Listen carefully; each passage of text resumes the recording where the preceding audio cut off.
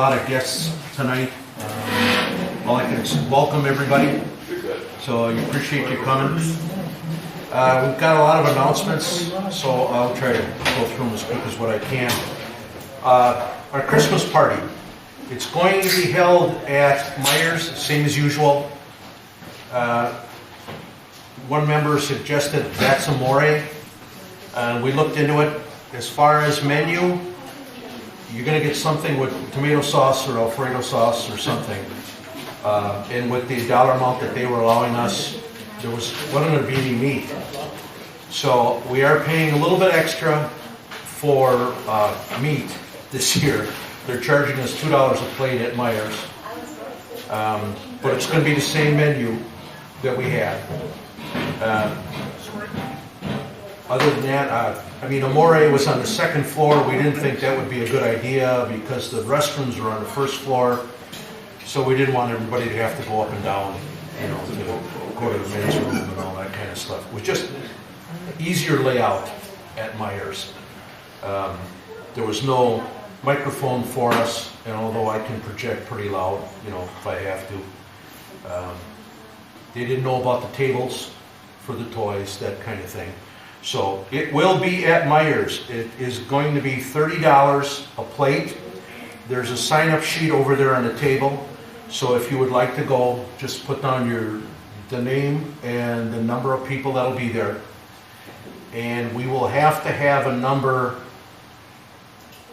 I'm going to say by the middle of November. They want me to confirm it a week before. So if you want to go, let me know, or sign up on there, contact either me or, any board member, and let us know that you want to go, and we'll put you down. Get your money in as soon as possible, because we're going to assume if you put your name down, we're going to need the money. They waived the 50-person limit. They dropped it down to 25 for us. So, that was a little bit nicer, but I think that's got to do with the way things are, going. So, Maybe we'll shoot an email out on that, because I think the newsletter incorrectly stated we were having it down here. Did anybody read that in the newsletter? I read it. Say it was The down here. recent one I read was that it is at Myers. It did. Okay. It did right. say that. Right. Okay. Okay. So two of them. I didn't know which one it was. Ultimately got out. Yeah, but get the checks out to them so that we have an accurate count. 5:30 drinks, 6:30 dinner. And it's basically going to be the same thing, other than the fact this year we won't have entertainment. We didn't want to raise the price of the tickets up so high, to cover the entertainment. So we're not going to have any this year. I did want to play the guitar for you, but I don't know how to play guitar. So we canceled that thought. Plus, we wanted to keep the food down. Well, yeah, we want to keep your food down. What's the date? It's December 2nd. So that'll be for the Christmas party. Membership renewal. There should have been the form sent out with the newsletter. Please remember to sign the bottom for the lien or the waiver for liability, and then send it in. Ron, is there an address? Ron, is there an address on the bottom of that? They send it to you for renewal? Yes. Okay. And they have to have the form, and it has to be signed, or I won't accept it. And a self-stamp. Self-addressed stamped envelope if they want me to mail them the card. Otherwise, the card will be here on the table. Okay. And now Jeff got us a new line from Hobby Tree Service. Hoppy's got an arm they call the Urban Lumber Store, where once they take a tree down, they basically slab it up, kiln dry it, and they've taken over where California Hardwoods used to be in Caledonia, and then, so right by 7 Mile Road off I-94. And they're going to give us a 20% discount on the wood that they have down there. It's mostly domestics, but they've got quarter sawn, white oak, if people are into doing that. It's, hickory, elm, poplar, oaks, walnut, So if you want something domestic, they've got it from 4-quarter, I think up to 8-quarter. They had some really nice looking slabs there. Some were pretty expensive and some were pretty reasonable. So we'll be getting 20% off. Did you bring the form in that I got to take out to them? I thought I had it. I'll have to look for it. Okay, so once Ryan gives me the form, I'll run it down there probably by the end of next week. I will send out an email to Pedersen to say when it's actually live. You will need to show your membership card. You can't just go, I'm in the guild. So you're gonna have to flash a card that's current at the time. So that looks to be, something that's just right over the horizon. The other thing they offer, if anybody's interested, they said if people have like fans or chainsaw mills and would like to see some demonstration of what they suggest, how best to use that, they'd be more than happy to do a demonstration at their location. So I guess we should just anybody want to go do a road trip down and get some information on doing chainsaw milling. I'm silence. Okay, I won't pursue that. Well, Mr. Schlarz is the big one. I know you did. Okay, but make sure you put that envelope in there so that you get them back, so that if you do go down there, you got your card that you can show it. One other thing, they typically what they're selling is that it's S2S. So you can see the grain a little bit better. Okay. If that matters. I know if some people want it, all rough like you get from Kettle Moraine, go to Kettle Moraine. These guys wear steel planer. Okay. All right. January's meeting is going to be the financial meeting. So if you're interested in the finances of the group, come and see that one. I will say that if you are in the toy group, the toy makers group, that would be a good one to come and sit through, because we're going to have some changes in the toy group. So that'll be for January, first Thursday in February. Is Jerry Kazmarek here tonight? I guess not. Okay, Jerry's going to do that. I call it suspended sculpture, but he's going to have the fish lines and the wood. He's going to demonstrate how he did that, and that'll be in February. We're still working on March. I talked to somebody at the board meeting the other day about March. He's going to check to see if we can get a speaker. Later on, more towards summer, the lady from Beads of Courage is going to come down with her video from Children's Wisconsin. And it's kind of it's a tear-jerking video when you see all these little kids with all of these different beads, because we want to really spark some interest in making the boxes for these kids. So she's going to be here. I'm not quite sure when. I've been talking with her because she just got over COVID-19, so she's getting back to work and getting things up and running again. We will keep you informed on that. If you can contact Rich, I'd like to know how many toys we are going to have at the Christmas party. So contact him and let him know what you have, what you might be bringing down. I'm asking them for 2 tables down there, but we don't need to bring all of them that are made, maybe enough for one shelter to kind of get an idea of what we have to have. We're working on that new layout for down here. Jeff actually drew every piece of equipment that we have down here to size, and he put it on the blueprint that we had up on the board. I am going to be meeting with Ron Zdroik here in probably the next week or 2. We're going to go through the layout, let him know exactly what our intentions are as far as the time period. We're running some of the electrical. We got some of it hung, but we're going to be running conduit down here in the next week or so.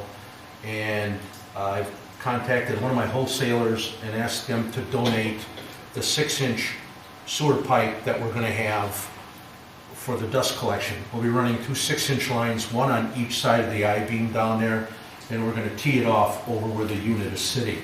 And then we'll have Ys and blast gates and things like that that'll go all the way down. So I met with them today. They want a letterhead from us indicating a list of materials that we want. And I'm quite optimistic. I'm hoping for the best. So other than that, I think I'm pretty well caught up. Does anybody have anything that they want to add tonight? Norm? Yeah, what about, is there gonna be another exit beside that stairway for the, That one back there. The one in the corner. okay. That exit goes out into a tunnel. And if you have noticed in the strip mall upstairs, there's a small section down there where there's a stairway and it's gated off. If anything would happen, you go out either one of these exits. Because they gotta have two of them down here, otherwise we couldn't meet down here. Yes, Tammy?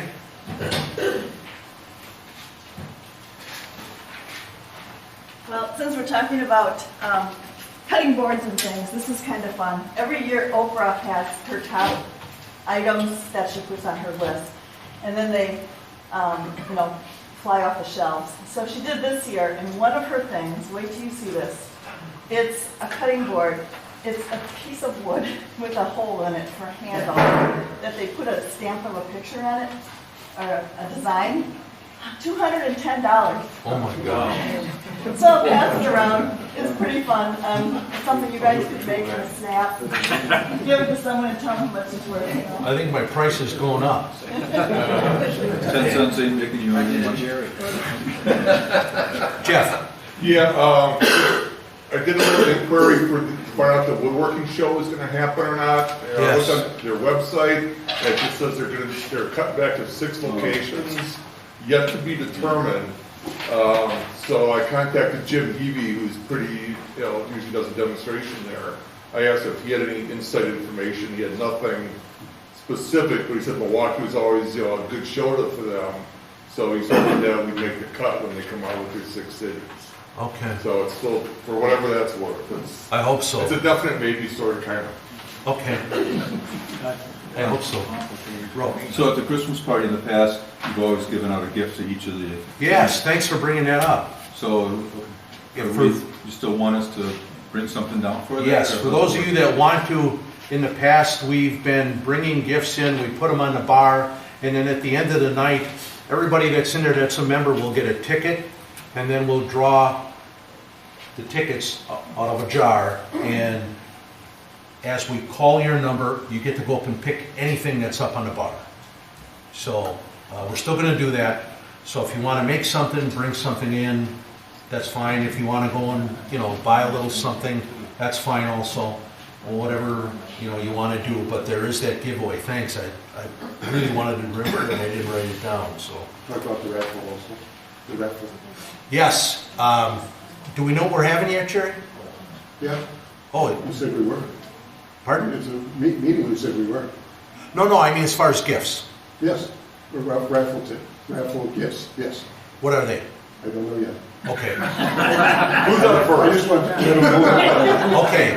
They'll have to buy a ticket. I know where you're going. I was looking at telling them what we were having. I know we got a $50 gift card from Nyes that we got before COVID. So we will have that $50 gift card and we will have some other stuff. The tickets will be sold there that night. We couldn't get the books printed up in time. So we're probably going to have the white tickets. Yes, And what's it going to be price-wise? I think you said $1 ticket. A bucket ticket? What if we get like 20 of them? Or 25 for 20? Sure. Okay. Sure. All right. Ron, did you have something? No. Okay. We will do that at the party, just so you're aware. And we'll have the gifts there, so you can see them. Anything else? Do we have a separate meter for all this electricity we're gonna be using down here, or? No. Chris is donating the electricity. What we've done is, on every workshop that we're having, you get a $10 gift card from upstairs, and that's kind of our way to compensate for some of the electric. I asked him about it, and I said, if you want, we will compensate for some of the electric, and he said, I'll let you know, but he said, I don't think it's, he said, it's not that much.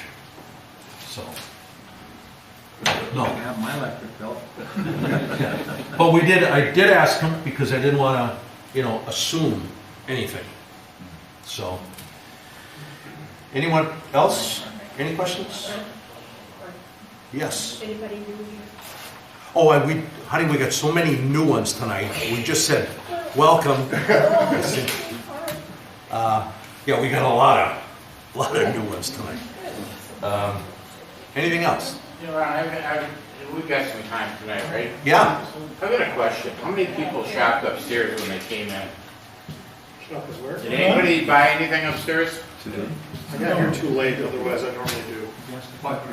How many normally buy stuff when they come in here? Oh, wow. 10, 12 people.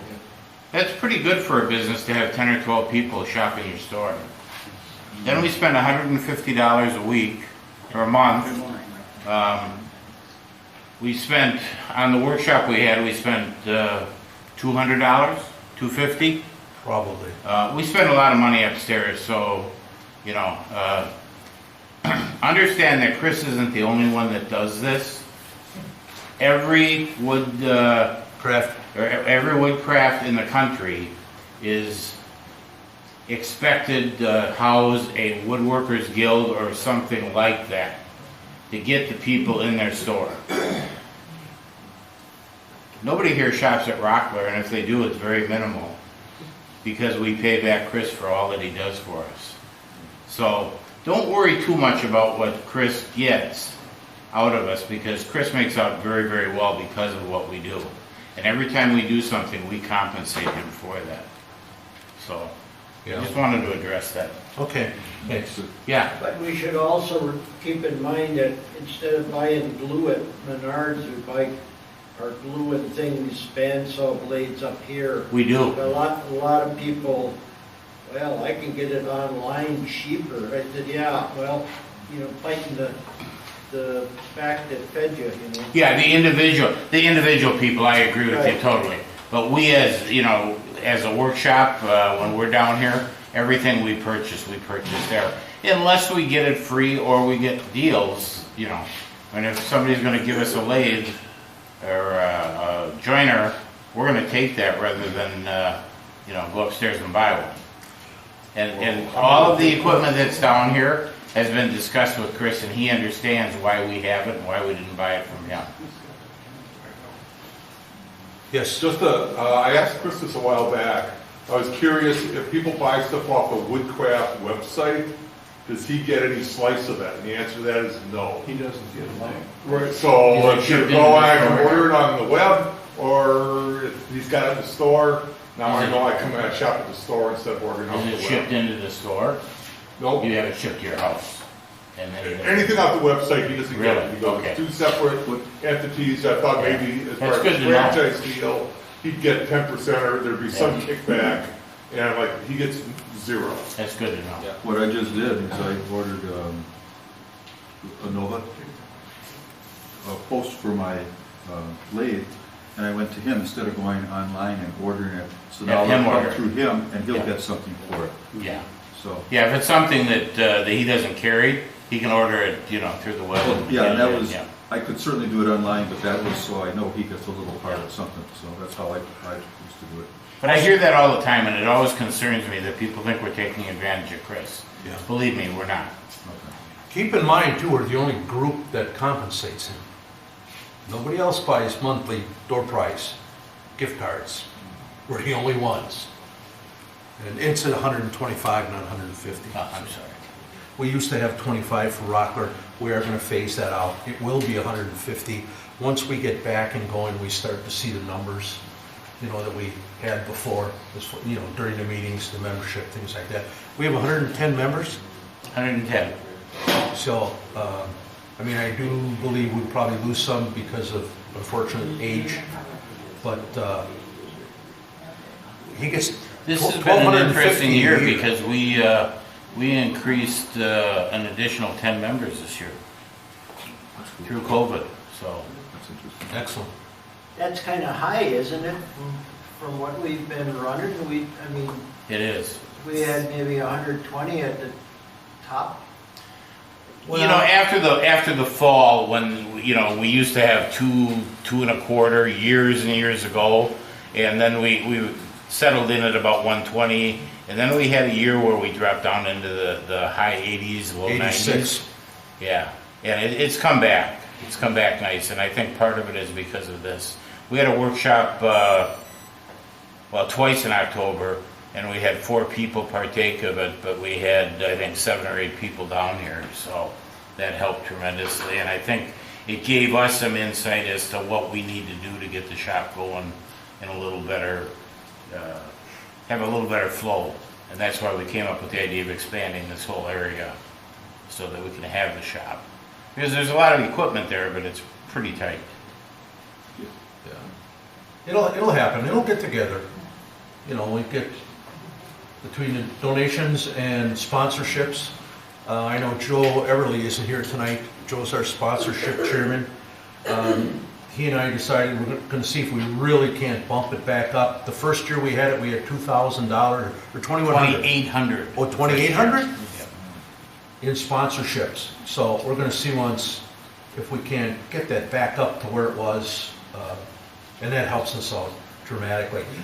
We do have a little over half, I think, saved up for the CNC machine. So, I mean, that's kind of exciting. And we got a lot of ways to go. The lady with Beads of Courage, I told her what we wanted to do as far as make the boxes, and we were going to ask for $50 donations from people that if they wanted their name laser engraved in the bottom of the box, for the $50, we'd engrave it, and then we give it to Children's Wisconsin for the kids. And I wanted to make sure that we could do that they didn't object. And she said to me, that's a great idea. Go ahead, run with it. She said, you guys make out, the kids make out, you know, hopefully what we're thinking. And I already sold one. So it's... The other thing that I don't think we've talked about in open meeting, I know we have in the board meeting, but with the CNC machine, there's a lot we can do for the guild itself, for you guys. If we have it here, we can set it up so if you made something, we can engrave on it, or we can do, you know, certain things for you. So it can actually be, you know, a profit maker for it, and hopefully pay for itself at some point. We're even talking about when we get it to make name badges for ourselves, so. Yeah. So would that be something you would charge per hour or per project? We'd have to work that out. Yeah. We don't know yet. In the early days, you know, we'll probably be a lot less than we will when we get proficient at it. Yeah. Do you have a laser engraver? No. Oh, good. Okay, thank you. Norm? Yeah, what kind of a learning curve is there on the software?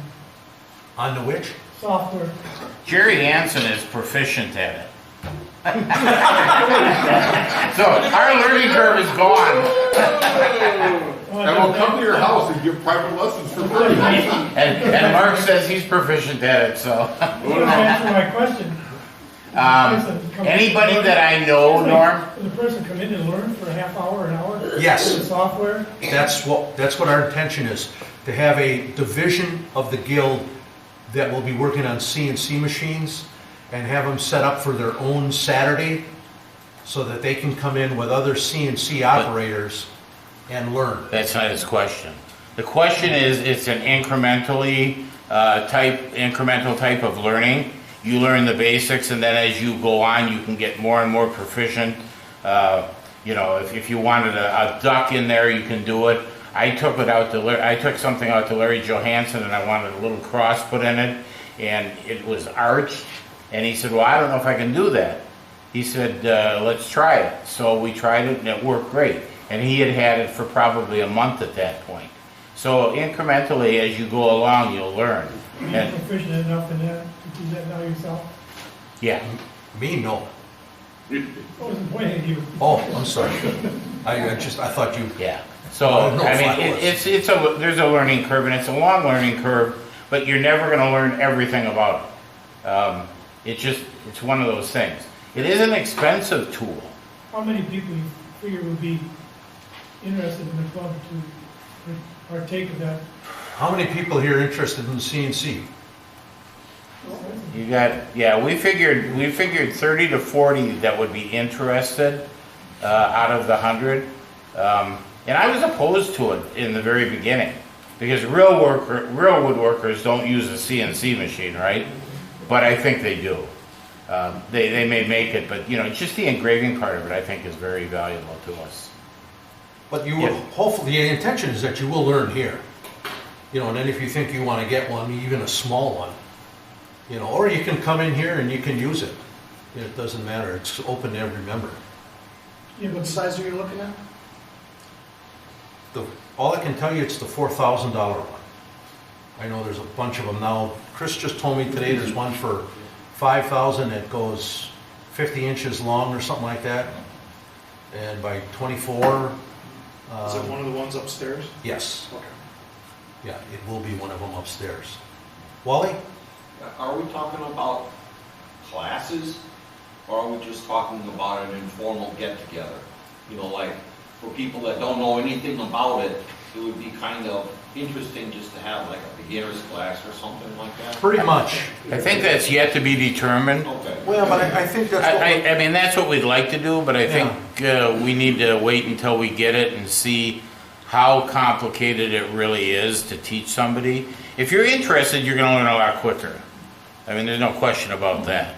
Well, we figure once we get it set up, then our master, well, yeah, Master Anson. yeah, well, kind of show us what he's been doing on his, and go from there. I do know that there are a couple of guys in the plumbing business that came down here for a meeting, and because we didn't have one, they said, no, that's really what I'm interested in. I don't care about making furniture. I want to learn more on a CNC. So the idea is to learn, advance. As Chris and I were talking about, the biggest expense is the software. And then, it's not the machine, it's the software and learning how to operate that software. And I think the intent, at least initially, was that we have sort of, and I don't take this wrong, that we have a group of people or a separate little division that has an interest in that. It's not that we're going to buy a CNC and then you're going to be, every meeting come and listen to somebody talk about something they did on the CNC. That's not the intent. It'll be another tool, like you like scroll sawing, that's sort of a separate thing. We don't do a lot of that, but it'll be that type of thing where we'll probably have a seminar on a Saturday or something. That's a small group. So it would be like a subset of the Woodworkers Guild that will be doing this CNC. That's the initial conversation, yes. Then when they come in on Saturday, they have to be a member to use that. Well, a member of the guild. a member of the That's what I guild, meant. yeah. Oh, yeah. You Yeah. can't come down here and work unless you're a member and you've signed and you've gone through the safety course. Right. So those of you that have not gone through the safety course, you need to get a hold of Rich. You gotta do that. If you come down for a workshop and you haven't gone through that safety course, you're not gonna touch a piece of equipment. Okay? Jay? What did you mean by that $50 for a box and engrave? Whose name you're gonna engrave? Whoever donates the $50 to the group. Yeah. Let's say you want your name on the bottom of a box for Beads of Courage that we're going to give to Children's Wisconsin. The donating person. We would put your name, laser engrave your name on the bottom of the box, and then give it to them, and it would donated by Jay Pilling, Jay and the boss Pilling. Yeah, okay. But that's what it is. We put you and Mr. and Mrs. Pilling on there. Would you like to introduce the speaker, or should I? We have one? Only if it's a good introduction. I'm not gonna say that. If it's a good introduction, yes. Do you want to know the balance? Yeah, what's the balance? Yeah. Okay, it's $5,575.92. Excellent. That's there. Okay. If there's nothing else, go ahead. Oh, you want me to introduce the speaker? Yeah, go ahead. It gives me great pleasure to introduce our speaker tonight. he has worked diligently on cutting boards that I don't know if I can carry all these home, but you know, I'm gonna get a couple of them, I think. And I was supposed to help him, but I didn't. And make sure you tell them where you got the wood for this. Okay? Well, that's first thing on my list. Okay. Ron Reuter. Thank you.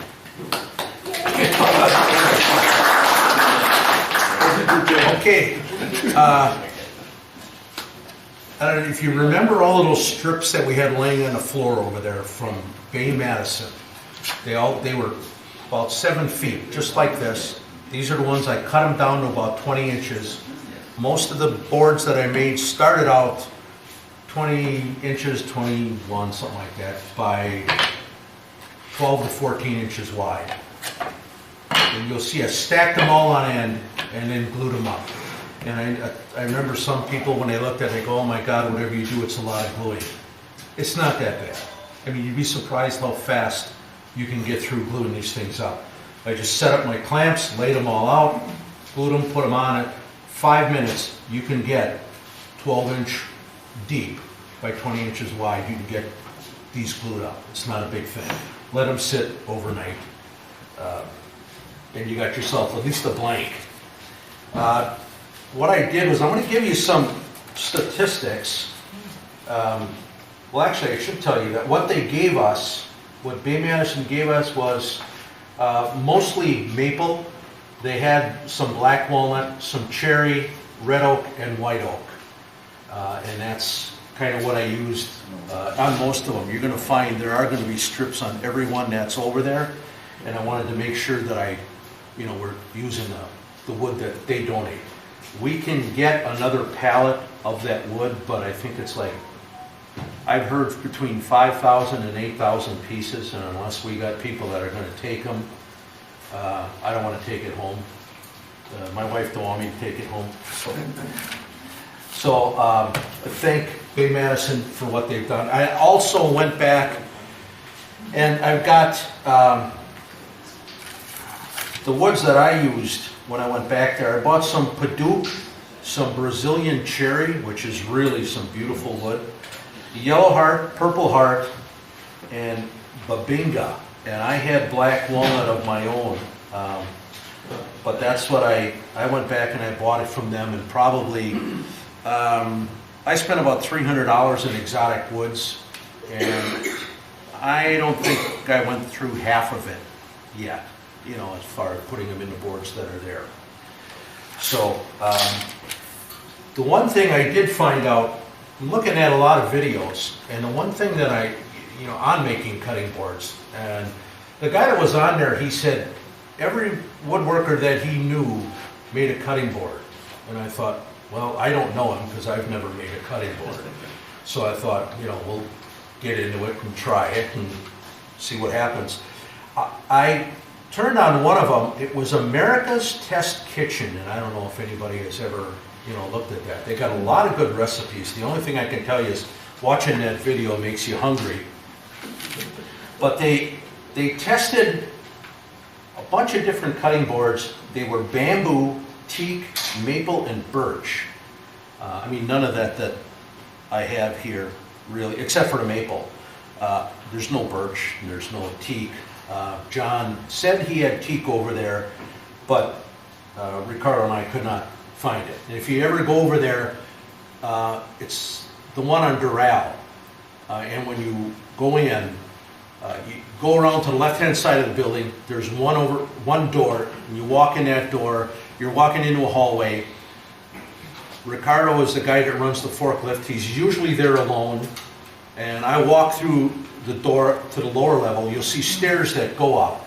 If you go up the stairs, turn the lights on, I think he sees the light, and then he'll come in. I usually just stand in the doorway and he sees me. Because you're all alone. There's no salesperson. This is kind of like those Hasselus mattress places. You're alone if you go up in there. And they've got wood all over the place. And they got 2 rooms. And the back room has got really nice, they'll like 8-quarter book match. That's all sitting in the back room. But in the front, they've got all kinds of pieces of wood. And you can wander around. For me, the prices are good because I live like a mile away from that place. So I can't even think about going, to Kettle Moraine, although I would like to. But Bay Madison does help us out quite a bit. So, with America's Test Kitchen, according to them, if you are a chef or if you are a pro, they want a 1.5 to 2 inch thick board. And they want it to be 24 by 18 and weigh no more than 15 pounds.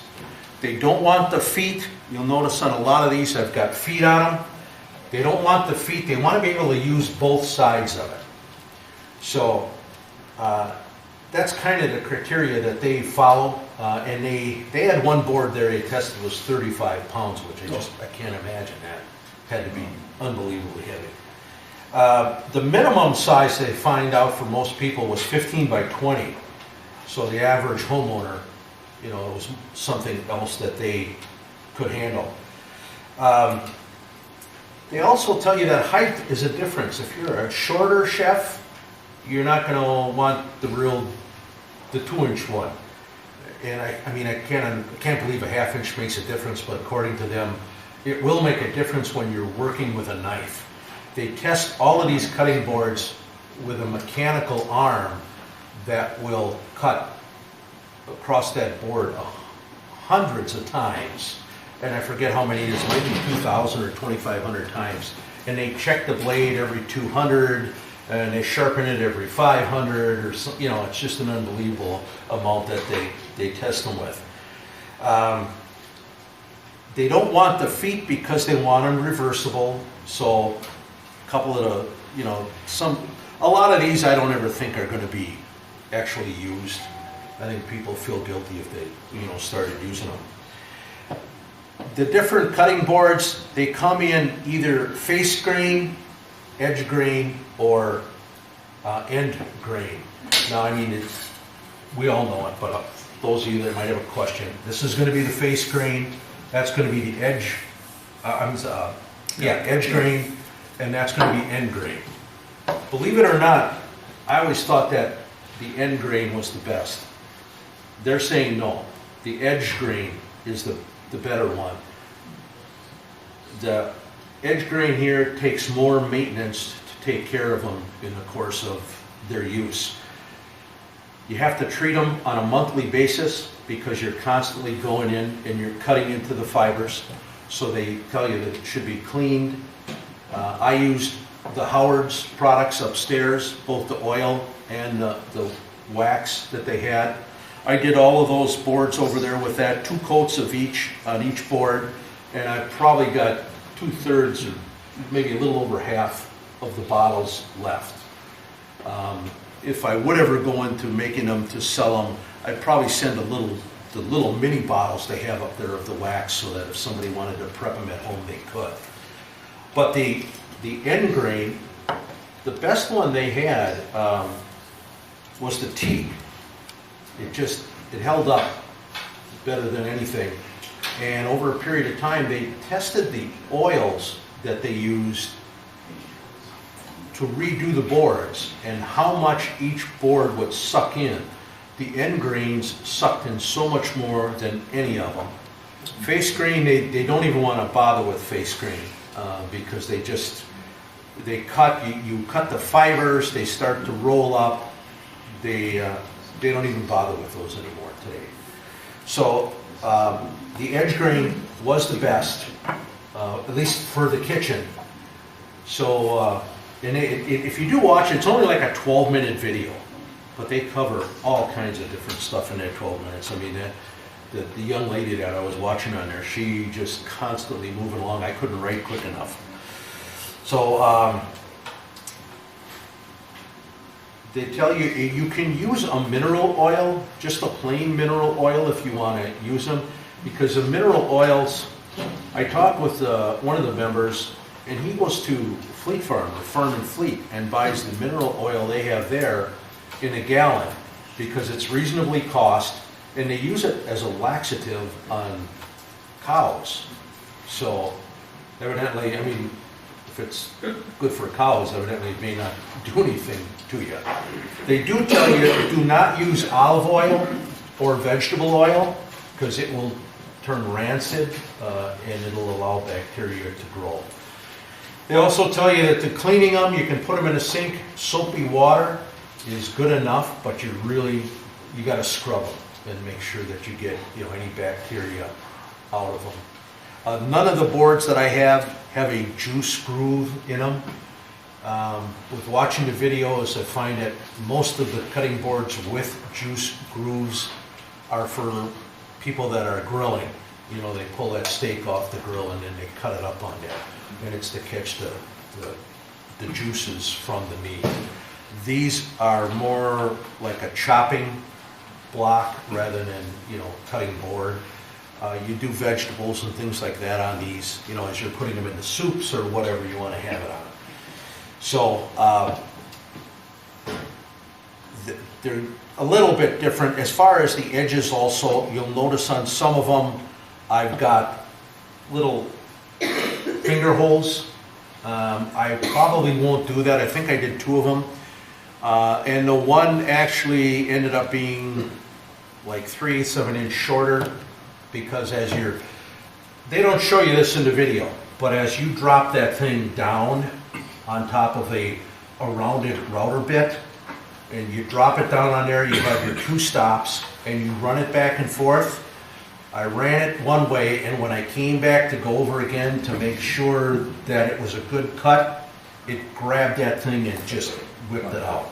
So I had to go back and cut it. And of course it was the second time. It couldn't be the first time I did it, it was the second. So now I have to put it in, otherwise I have to cut the one off the other side. But you'll see some of them, I just cut a 45-degree angle on them, and I probably would stick with those. I don't think I would do any more than that. Yes, Wally? When I was an x-ray technician, and we had the stomach x-rays or the colon x-rays, when you drink that pink stuff, Yeah. we used to give people mineral oil so that they would not get compacted from the Pink. barium, from the Yeah. liquid that they were drinking. So mineral oil is non-toxic, it passes right through you. You may get a little bit of diarrhea and stuff like that from it, but that little bit, but it is safe to put on On the boards. Yeah, they actually show them where guys dunk them. There's a guy in Alaska that started out making like a dozen or 2 dozen of them. And as you watch his videos, the last one I think I watched, he was working on doing 1,200 because his business, he didn't mean for it to be a business, it was supposed to be a hobby, but it took off, and he said now he's got like 1,200. And he's bringing in, the Paduke and all the different exotic woods on a trailer, and it's just loaded down. So he actually has a plastic container that he just dunks them all in there, and he's got a rack, and he sets them up, and he'll do 20 or 30 of them at a time. I've heard many times in like woodworking magazines, the mineral oil actually does not protect wood at all. All it does is soak into the fiber. Right. So what's the point? Well, I think what they don't want the bacteria, the juices to get into the fibers, and I think what they're thinking is if it's full, and if you put a wax coating on the outside, it's almost like sealing them.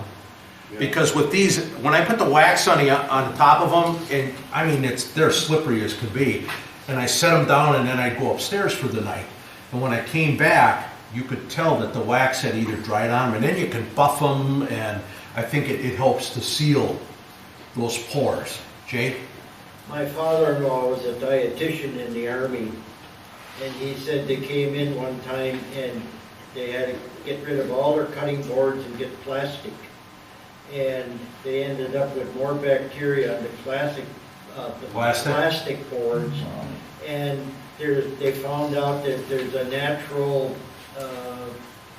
condition, antibiotics or something, in wood that kills the bacteria. So, I mean, remember the old-fashioned butcher shops? They were all full of lard and grease and whatnot from chopping up whatever they worked on. That was just a natural condition. It stayed that way. Yeah, and they'd wipe them down, but I don't think they'd protect them. No.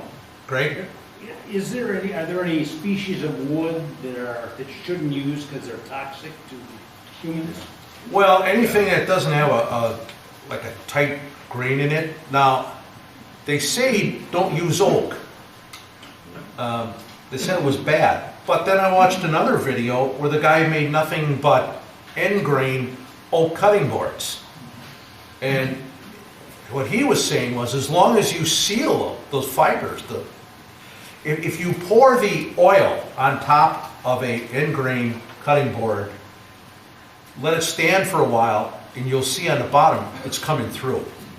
The oil actually goes right through all the pores, and it'll come through the bottom. And what they're saying is, if you fill them with the mineral oil, and then you seal them, it helps them last that much longer, even on an oak. Teak is one of the best, because teak actually puts out, it has a resin to it that will help. It doesn't, teak was the only one that didn't absorb much of the oil at the test kitchen. Yes, Jay? But that's probably the worst wood you could use for a cutting board because that's got silica in it and that'll dull your knives. I tried turning some teak in, my God, it was sharp and sharp and sharp, and so. Yeah. If you want to go with teak cutting board, you're barking up the wrong tree. Well, they like that, they like teak the best because of the resin that was in there. Maple seems to be the preferred wood for cutting boards. That's what's, I think, is the legal wood. I made some things for a bakery shop, and he said all I could use was hard maple, because the state only allows hard maple for food products. That could be, because a lot of the stainless steel tables that they make for restaurants that have wood on the top, it's usually always maple. But it's they liked the teak only because it made its own resins, and it was very, very hard. Maple came in a second on those. So even speaking of maple, you got to be careful on that because box elder is a maple. It's very soft and it won't hold up. So looking probably on a national wood site, it will give various densities and so on and various types of maple. And I forget, there's like 30 plus varieties of maple. Yeah. So probably, if you're talking about they want just a type of hard maple, which one? Yeah. So probably one online and looking. Yeah, I mean, this one here that Bay Madison gave us, it may not even be the right maple. But after I saw the video on the oak, and I thought, well, I'll seal the pores, and, let's see what happens. Like I say, if these ever get used, I'm going to kind of be surprised. Well, Yes, Bay Gary. Madison last week, they had a piece of teak right by the stairway going up that's 20 inches wide. At Bay Madison? Yeah, right as you go up the stairs, it's laying right up against the wall. Really? Did that have my name At on the it? bottom of the stairs. Yeah, it did, Ron, but I bought it for you. Okay, I thank forgot to you. give it to you. Okay, I haven't been back in 2 or 3 weeks, so. That's last week. Yeah. Yes. I remember Cy Farmer, Dr. Cy Farmer. He was a pathologist. And I was making some cutting boards at that time, and I thought, well, I'll ask the doctor to see what's safe and what's not safe. He said, black walnut is really not safe. It's got the juglin in it. And he said, don't worry about it. You're not eating it. Right. So he said, use whatever you want. Tell you what, why don't we take a 10 or 15 minute break? Then I'll bring some of the boards up and I'll show you. I got one there that has a defect, and I'm going to show you what I'm going to do to correct it. And I'll go through some of the other ones. Put it in the fireplace? Well, it's not that bad. All right, let's take a break.